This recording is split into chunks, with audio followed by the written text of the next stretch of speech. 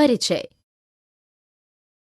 राहुल लगातार छींकता और खांसता है, इसलिए राहुल की दादी उसकी माँ को उसे तुलसी की चाय देने के लिए कहती है।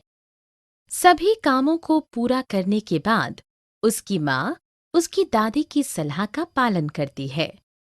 वह अपनी दादी से कुछ प्रश्न करता है। आइए देखते हैं कि उसकी दादी का क्या कहना है।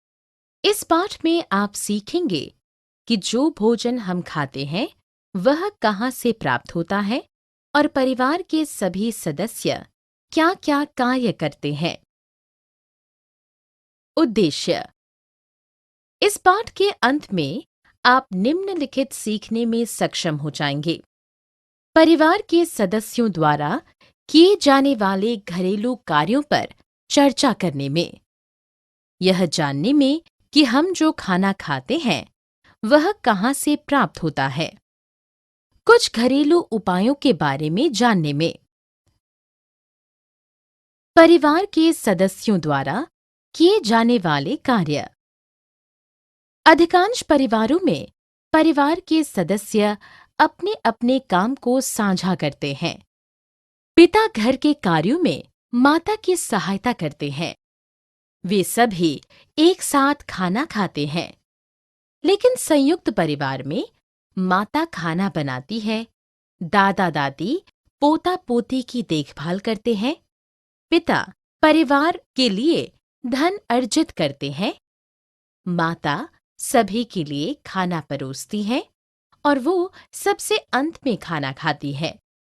पिता और माता बाजार से सामान खरीदने बाजार जाते हैं। दादाजी किचन गार्डन शाक वाटिका की देखभाल करते हैं।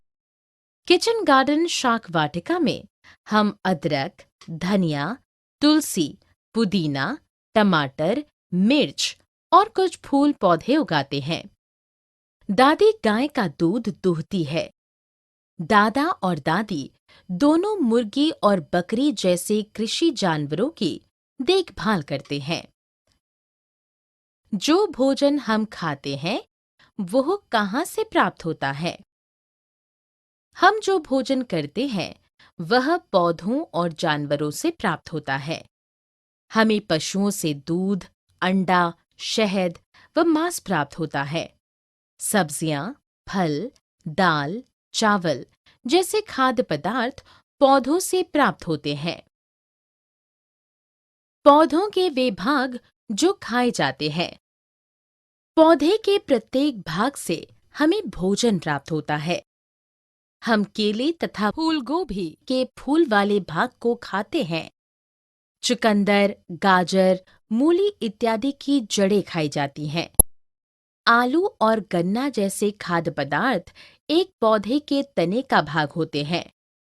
हम पुदीना, धनिया, पालक और सलाद की पत्तियां खाते हैं।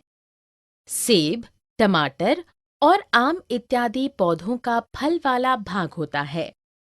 मकई, मटर, बादाम, जामुन इत्यादि पौधों के बीज होते हैं। घरेलू उपचार। कुछ पौधों के औषधीय गुण होते हैं। ठंड से राहत पाने के लिए हम तुलसी, अदरक और दालचीनी का उपयोग करते हैं। जब हमें चोट लगती है तो हम इस पर हल्दी लगाते हैं। यह एक अच्छी रोगाणुरोधक है। पाचन के लिए हम अजवाइन और सौंठ का उपयोग करते हैं। दांत के दर्द के लिए हम लौंग के तेल का उपयोग करते हैं। काली मिर्च, मेथी और जीरा में भी कुछ औषधीय गुण होते हैं। सारांश। हमने जो कुछ सीखा है उसे संक्षेप में दोहराएं।